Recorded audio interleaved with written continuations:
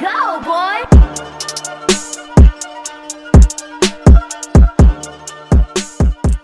Welcome, ladies and gentlemen, to another 3BG movie review. How's it going, sir? It's going pretty good. Back at it again. This time we're talking video game. Super Mario Brothers. We're Super Mario Brothers. I don't want to sit there and say we're in a renaissance of good video game movies because we had a couple of duds that happened last year. Resident Evil, two of them being Resident Evils. Still can't seem to get it right. But we're inching closer to there being a layer of consistency on good video game movies. We had two Sonic movies, obviously, that we've talked about at length and how we loved them, especially Sonic 2. Third one coming this Christmas. Yeah, third one coming this Christmas. And there was a bit of a thing when they announced the Mario Brothers movie. Was it last year at E3? No, not last year at E3. It was the video game. Was it Video Game Awards or E3? It was the Video Game Awards. Yeah, Video Game Awards. And there was a bit of apprehension because it's like, all right, we're getting the Mario Brothers movie. Oh, it's animated. Okay, that's interesting. Who's voicing Mario? Ah, crap, it's Chris Pratt. Like Chris Pratt, which instantly turned a ton of people off because everybody's staring at Nintendo like you've had the guy. Everybody's for dick 40 for 40 some odd years be Mario. And you go, okay, I don't know. I know for a fact that wasn't Nintendo's decision. That was more Illumination. That's that Hollywood decision where we gotta get a big name attached to the characters because that's gonna put butts in seats, I guess. And it makes sense. Not the fact that it's the character, one of the most highly recognizable characters on planet freaking Earth. You know, that should be enough. No, we gotta hold on to that celebrity. I mean, it makes sense, but at the time, it's weird because everybody was like complaining about Pratt, and I'm like, guys, y'all loved them in the Lego movie, so what's the problem? But whatever. You either love them or hate them in the in the Guardians movies. No, but I'm just talking strictly voice acting. Like he's done stuff before this, so it's like it was weird. Me and you enjoyed him in Onward. Yeah, so it's like he could do voice acting, and it's like as much as we understand. Like you can understand both angles of it, right? You can understand people, like you said, you had Mario right there, Charles Martinet right there to be Mario. Martinet. So, and then you get Chris Pratt, and the trailers, didn't really give you the best of like, this is Mario's voice. And then the movie drops and the shit works. I was like, huh. Yeah. Like it works because number one, Charles Martinet voices multiple cameo appearances throughout the whole fucking movie. Yeah, he does multiple voices, but also the way in which Chris Pratt voices Mario, he works, and I think it benefits the fact that the other people that are doing the voices, like Charlie Day as Luigi, Anya Taylor-Joy as Princess Peach, Jack Black especially as Bowser, they overshadow him to where him voicing Mario it's not front and center, so you're like just okay with it. Right. So you have that going on, and then obviously Keegan-Michael Key as Toad, who is fucking great, easily. But I knew he was gonna be great from watching that. That one little preview that they showed us at the Game Awards? I said, you know what, I'm gonna like Toad. I already liked him, before the movie dropped. But the one who steals it easily is Jack Black as Bowser. Like if there was somebody that like Bowser in the games. It's like when you see Jack Black voice him, it's like, yeah, that's Bowser right there, all the way. I see it. It just, yeah, that's him. The movie is very simple and to the point. It's typically just like the Mario games. Good guys trying to take down Bowser, who is trying to take over the Mushroom Kingdom, and that's that. And it's basically kind of. Oh, good. No, I mean, yeah, that's the premise. Well, no. It's not as cut and dry. No, it ain't cut as dry as that, Chris. Let's really call it what it is. This movie is more of the same thing that we see in a lot of other movies. It's another underdog story. That's what this is. This is more so it's an underdog story because you got Mario and Luigi, they're plumbers, yes, playing on, plumbers from Brooklyn, playing on both the both the old live action movie nostalgia and the freaking Super Mario Super Show cartoon nostalgia. We got a twofer on that one. I'm sorry, folks. If you didn't see that Super Mario Super Brothers commercial shit on YouTube, that shit is still fucking hilarious. Yeah, it's a great commercial. I like it, but they played on those two pieces of nostalgia. Mm-hmm. And when I heard about this, I said, "Oh, these guys. Oh, okay. So they quote unquote suck at their job. Everybody looks at them as a joke." Well, Mario's good, but Mario's good. Luigi's always screwing something up or causing some kind of calamity. Gotcha. Okay, we've seen this. We've seen this in other animated films as well as regular films, and it really becomes an underdog story when we finally get to the video game aspect of Mario and the Mushroom Kingdom. So, which even with that, Mario is not the super, he's not the Super Mario that that you would expect him to be from the video games, where he goes in, he knows the assignment. Oh, no, this dude needs training. I mean, which is weird because it's funny because earlier in the movie he's already doing the parkour stuff, which I thought was great. Like that, Mario parkour.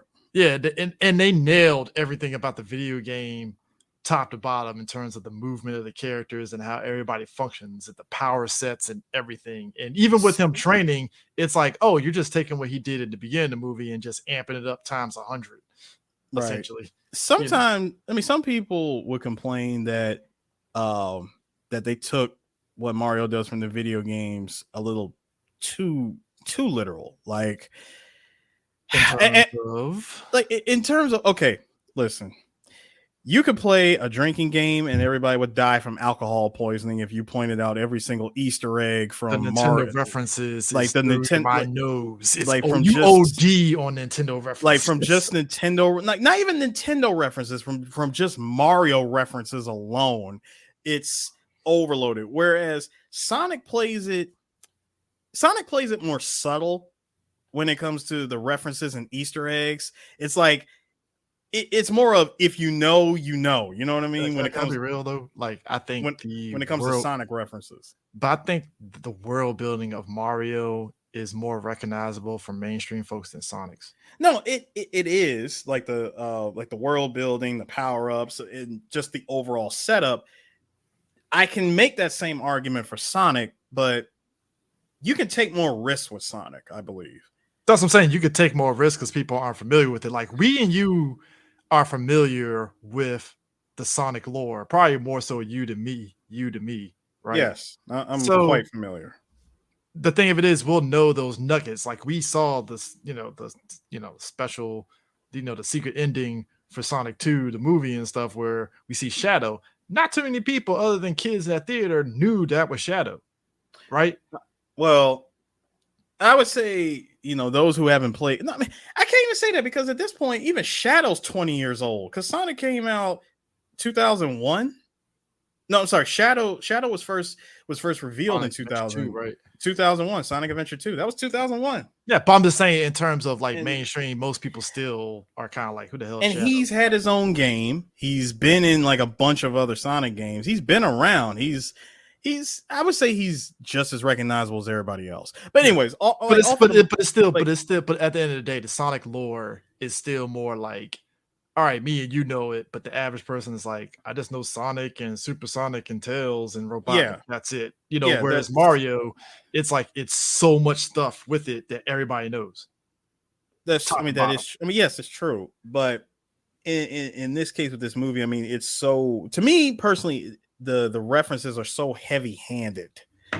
Like the Easter eggs, the references to other Mario games. They're there. They come in floating around making noise, letting you know they're there. Which you could take that as a good or a bad thing. I enjoyed it for what it was because it's hella nostalgia for me. But sometimes, depending on how you try to put it together, and like for a movie, it can overshadow the story, where some people would look at this and say that this feels more like an hour and a half or a 2 hour long Easter egg filled film that's light on story, and that's it. You know, there's not much story, but there's plenty of stuff to say. Oh, I remember this, or oh, I remember that, or oh my god, they put this in the movie, that sort of thing. But I'm appreciative though, because it's 90 minutes. It gets you in, gets you out, and that's it. Now, if it was It gets 2 hours, oh yeah, I definitely feel you on the aspect of them probably going way OD. Because if it was 2 hours, it's like, oh man, how the hell you gonna fill 2 hours out with this? Oh, it's easy. It is so easy. There's plenty of stuff that was definitely missed. You know, other Mario games that they didn't use. I mean, hell, they could have made a super obscure reference to the American Mario too. But yeah, because I mean, it's really like an amalgamation of like the Super Nintendo Mario games with a touch of the newer Wii Super Mario's in terms of No, like certain it's things. across the board. It's really across the Well, board. yeah. It's everything across the board. It's like a touch of everything, which is much like the Nintendo Switch. The Nintendo Switch is a touch of almost every console, and even handheld that Nintendo has ever made. Yeah. And the same thing can be said about this movie. It's a touch of almost everything Mario related. There were some things that was missing. Like, good example, don't expect to see Mario with that freaking water, with the water pack from Mario Sunshine. I mean, that's something, like you said, you can definitely save for another movie if they so choose to. I mean, the movie gives you this world building. Okay, here's the world of the Mushroom Kingdom. Oh shit, by the way, the Donkey Kong Country crew has their own little world here, and they got this world, and we see the worlds from Super Mario Brothers 3 pop up. We see all, like, it's everything across the board to where they can do more of these movies. And like you said, for better or worse, it's one of those things where your miles are going to vary in terms of whether you're looking for some sort of deep plot, which I don't know why you want a deep plot in a Mario movie. I mean, okay, it wasn't plot. I mean, the plot wasn't deep, but it was engaging enough. The storyline. No, that's all you need. No. I'm talking about the storyline from Mario Odyssey. Yeah. I mean, you just need just enough of a plot to understand it and stuff. And I think it carries it because of the characters. Because you have Jack Black being, King Koopa. Yeah, Jack Black being Bowser, which he was funny, very, very funny throughout this movie. Kari Payton as the Penguin King, which was great. I mean, because the whole time the Penguin King was talking, I'm going, why is he so serious? Kevin Michael Richardson is like the Kamek, who is the sorcerer. If you ever played any Mario games, he is great. Yeah, he was good too. Again, honestly, everybody was good in this movie.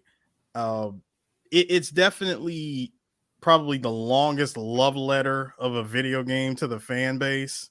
Oh, dude, for sure. I mean, even down to like the visual nods, because I like movies where they'll linger on a scene and you see the characters do something in the background while other characters are talking, and you're just laughing at what they're doing in the background, because there's a moment where you see a soldier grab a coin with their foot, and I was fucking dying on that shit.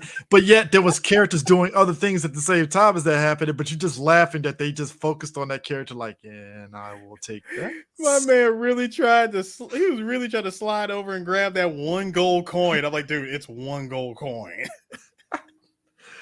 But yeah, I feel kids are definitely gonna love this movie just like they love the Sonic movies. I mean, I don't really know much we can really sit there and say. Like, I think this is definitely the way to go for something like Mario. I will give it this, because the same type of credit that I gave the first Sonic movie, I'm gonna give Mario, this first Mario movie. It's cut it a little slack and say, okay, this is the first movie. Let's see where they can go with this, because it's Illumination. And as long as Illumination and Nintendo are satisfied with the numbers, you can pretty much expect a sequel. I mean, Miyamoto, the fact that Miyamoto was involved, I think that had executive producer, sir. Oh yeah, Nintendo themselves were involved. That's what I'm saying. If Nintendo themselves were just kind of like hands off, I'd probably be like, I don't know, man. See, let's be real about this too. If Nintendo decided to be hands off again, like they did with the last Mario movie, they already said themselves that will never happen again. They gave Hollywood one shot back in '93 and refused to ever do that again. I mean, you really only get in Hollywood. You're right. You only really get one shot. Oh no, and that's not even Hollywood saying that will never happen again. That was Nintendo. Nintendo refuses to let their flagship character be represented the way that it was back then. Yes, this movie like eclipsed the bar. Again, bar is not even that damn high, barely off the ground. So, my dude, I could have drawn stick figures of Mario and Luigi, and it'd been better than that '90s. Stop movie. it! I will not sit here and listen to you badmouth the workings of Bob Hoskins, rest in peace, and John Leguizamo. Damn it, we are not gonna do that. Stick figures with hats that have M and L. But no. I mean, as much as there was so much Easter eggs and references, not everything was in here. There was a touch of a lot of things, but not everything, which is why I believe this movie is definitely it sets itself up for a sequel. Oh yeah. I mean, it's just like the first Sonic movie, you know, like even the first Sonic movie, if you took the Tails post-credit scene out, you still knew you were going to get a sequel because it just went over that good, you know. Yeah, I believe this could, and we said this a while ago, that if this movie is as good as we hoped it would be, that this movie is setting up some kind of crossover for a Mario and Sonic movie. Animation styles is close enough. I can see it. It's close enough. I mean, granted, Sonic is in live action, but just the anime style of Sonic and Knuckles and Tails is. But they can bring it together because the Mario Brothers, they're in Brooklyn. Just do a Mario and Sonic at the Olympics type crossover. I ain't saying it has to be the Olympics, but you know, something. I wouldn't even say the Olympics. I mean, they could legit do some Who Framed Roger Rabbit type thing or Wreck-It Ralph and bring the real world and the animation world together. I mean, hell, look what they did with Space Jam 2. Not to use that as a shining, sir. Not to use you were that on the right track with Who Framed Roger Rabbit. Should have stuck with that. No, but I'm saying, I'm talking about from the VFX ass point where you saw the hand-drawn animation of the Looney Tunes characters, and then later in the movie you saw them get upgraded into full CG. Oh, I know. I'm just saying, Who Framed Roger Rabbit is just a better frame up instead of just using. Well, I use Who Framed Roger Rabbit and Wreck-It Ralph. Oh yeah, I mean, those two. Okay, Ready Player One. There you go. There you go. Ready Player One. Like, take Ready Player One and take the other two films and just imagine what they can do with a Mario and Sonic film in the future. Just think about that. Yeah.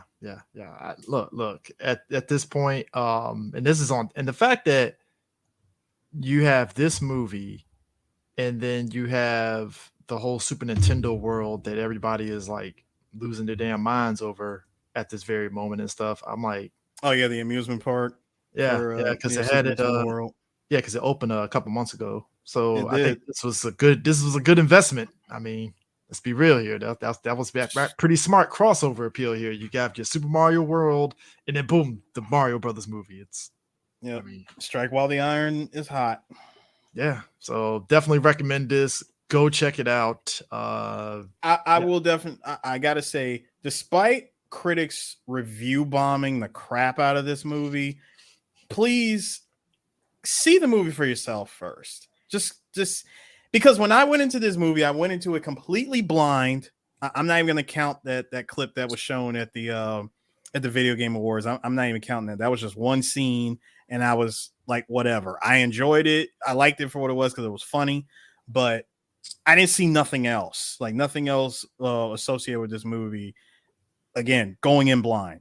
Just go into the movie blind. Don't expect anything. Whatever the critics are saying, even us.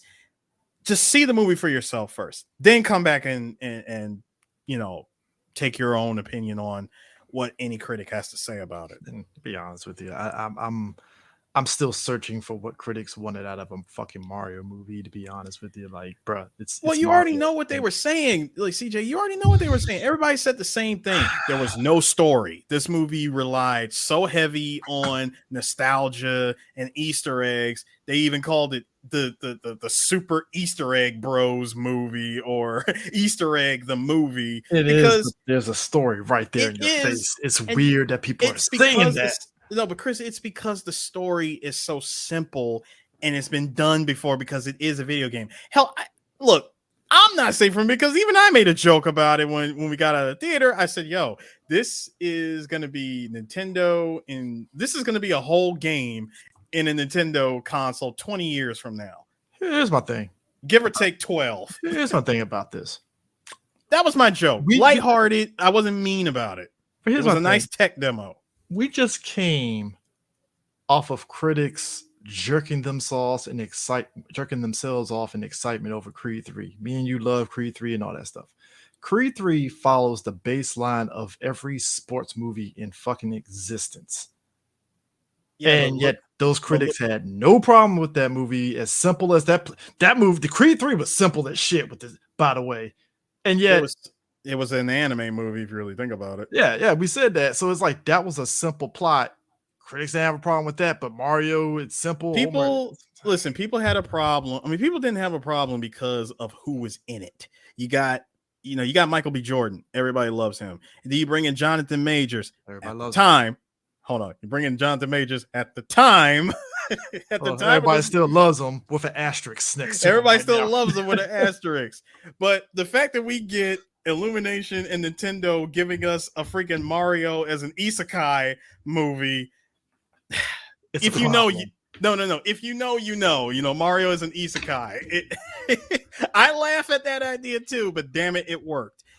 Again, what were you expecting? What were you really honestly expecting? Were you expecting a story as deep as any other video game storyline? I wasn't, because number one, it's their first outing. It's Illumination's first outing with something not Minions. You know what I mean? Mm-hmm.